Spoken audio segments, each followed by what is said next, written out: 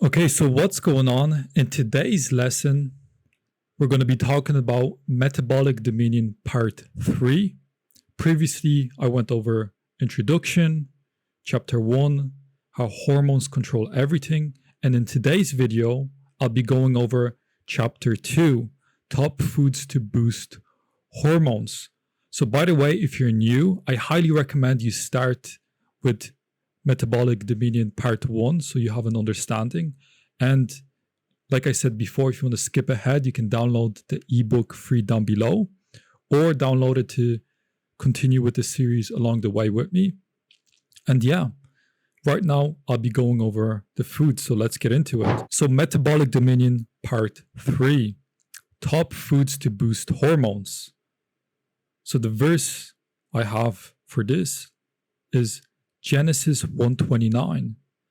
And God said, Behold, I have given you every herb bearing seed, which is upon the face of all the earth, and every tree, in the which is the fruit of a tree yielding seed. To you it shall all be for meat. So, you don't need supplements, injections, or expensive powders to fix your hormones. You just need to eat the right foods and avoid the wrong ones. It's quite simple. The foods below are categorized into 3 groups your body needs: protein, carbohydrates, and fats, called macronutrients. You have micro, so vitamins and minerals, and here you have macronutrients. All selected because they support thyroid, lower stress, and build protective hormones like testosterone, progesterone, and thyroid. The macronutrients, it's interesting how there's trinities in those things. So protein, carbs, and fats, there's a trinity which builds up calories, right? First, and also just a caveat, with different proteins, there's different. So for 1 gram of protein, you have 4 calories. For 1 gram of carbohydrates, you have 4 calories. And then fats, you have 9 calories. It's not exactly like that. It's more so like some fats have 9, some have 8.9, some have 9.1. But on average, that's what it is. And then you have alcohol, which has 7 calories per 1 gram. But let's continue. So protein. When it comes to protein, these proteins are easy to digest, hormone-friendly, and nutrient-rich. They build tissues, stabilize blood sugar, and support your thyroid. So something that I don't mention in the book, I don't believe, but you have protein, and it goes deeper as well. So within protein, you have amino acids. You have essential and non-essential amino acids. And different amino acids affect you differently, like tryptophan, cysteine, glycine, proline, things like that. And the main thing when it comes to eating the right protein for your metabolism and your hormones is eating the amino acids that are protective rather than degrading. So the protein sources I'll show you right now are the ones that are protective. So for example, dairy and eggs. So milk, preferably low fat or skimmed. Cheese like cottage, Gouda, Farmers. Greek yogurt, eggs. High quality proteins that support thyroid, calcium balance, and hormonal production. Then we have gelatin and collagen. You have bone broth, gelatin powder, collagen peptides. Balances muscle meat intake, lowers inflammation, supports skin, gut, and joint health. Then you have white fish and shellfish, cod, sole, shrimps, scallops, clams, and oysters. Rich in zinc, copper, selenium, key for testosterone and thyroid. Then you have ruminant meats in moderation: beef, lamb, bison, best slow cooked or paired with gelatin, stews, or oxtail. Avoid excess muscle meat without balancing with gelatin or dairy. Then you have poultry, which is occasional because chicken, turkey has an amino acid called tryptophan, and tryptophan, through the tryptophan hydroxylase enzyme, converts into serotonin, and serotonin is a stress hormone. The reason why I'll get into things like oranges, they have components like polyphenols that inhibit that tryptophan hydroxylase enzyme, hence why it gives the uplifting mood effects.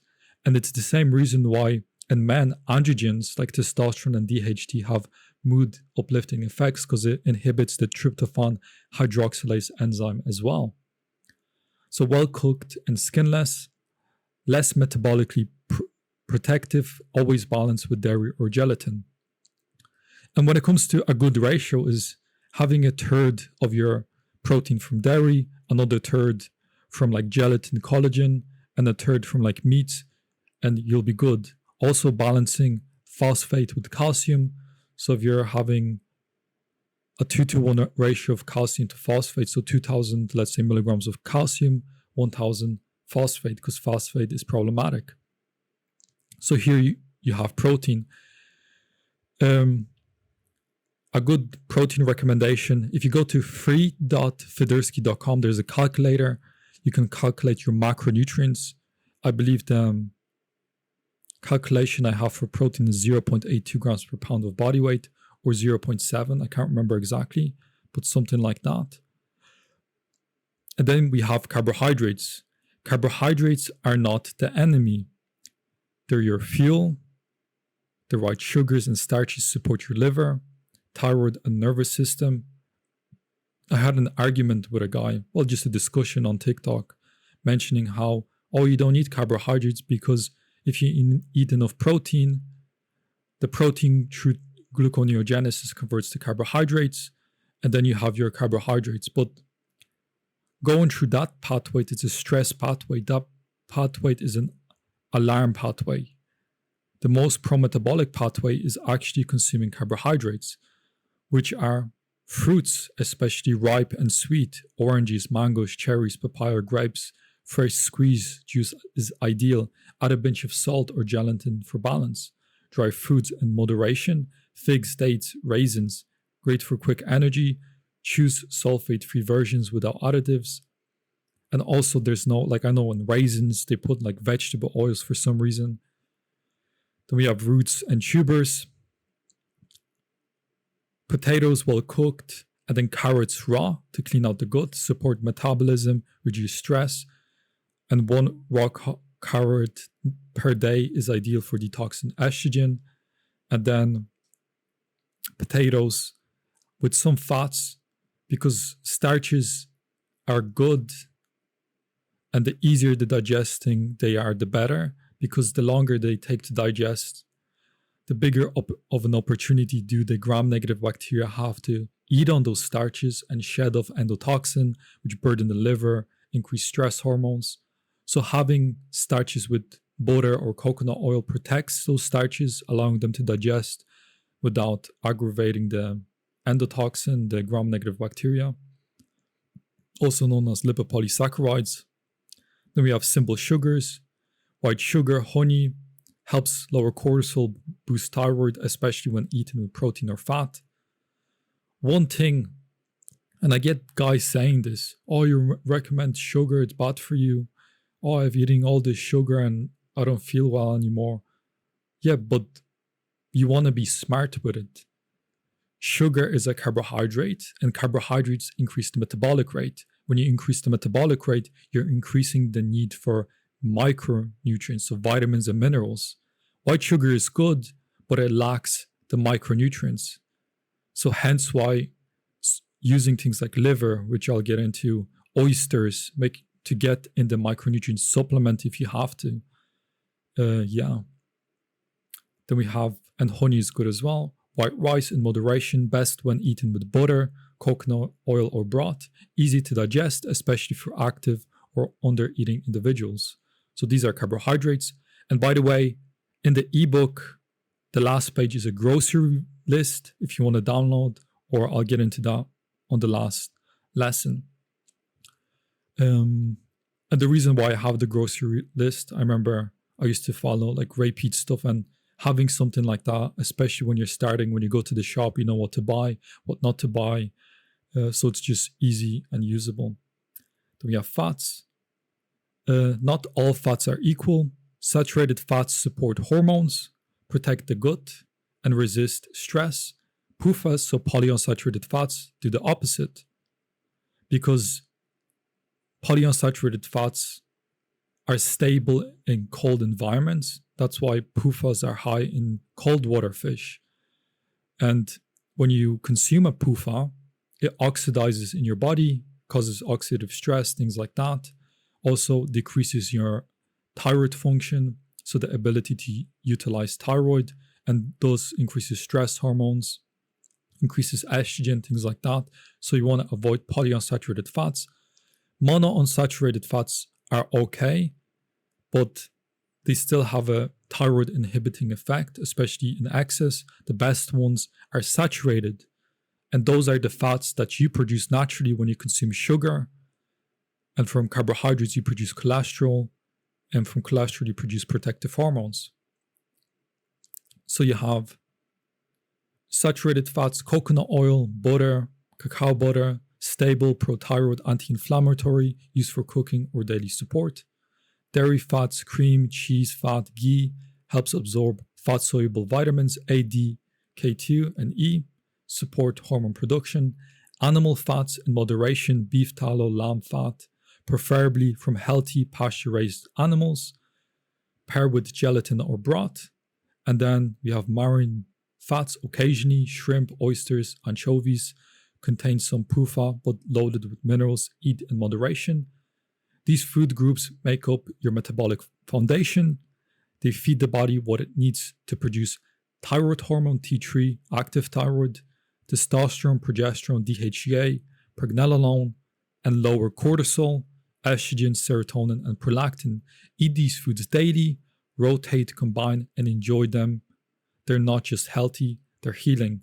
I'll just show you a few websites that you can use as you're applying these foods. So right here, if you have free.fedursky.com, here's a calculator and also like the recommendations, things like that.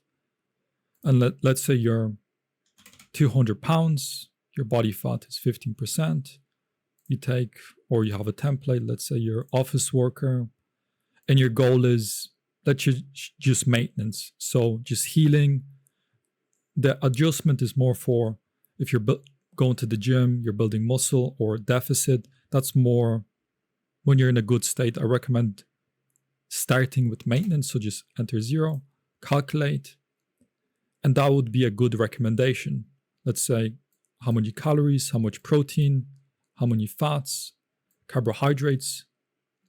And then if you know yourself, you know you do good on 150 grams of protein for some reason from testing. So you can recalculate and then readjust those, and same with this.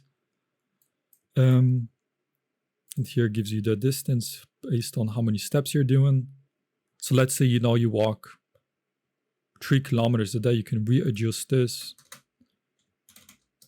to calculate, and you know what I mean. So protein, carbs, fats, and in this lesson, I won't go over the non-approved. That'll be in the next lesson, and I'll show you another website. So recipes.org, free website. I've talked to the guy, solid guy. And he has all these recipes from Ray Peat. You can, I don't know, search up, I don't know, ice cream.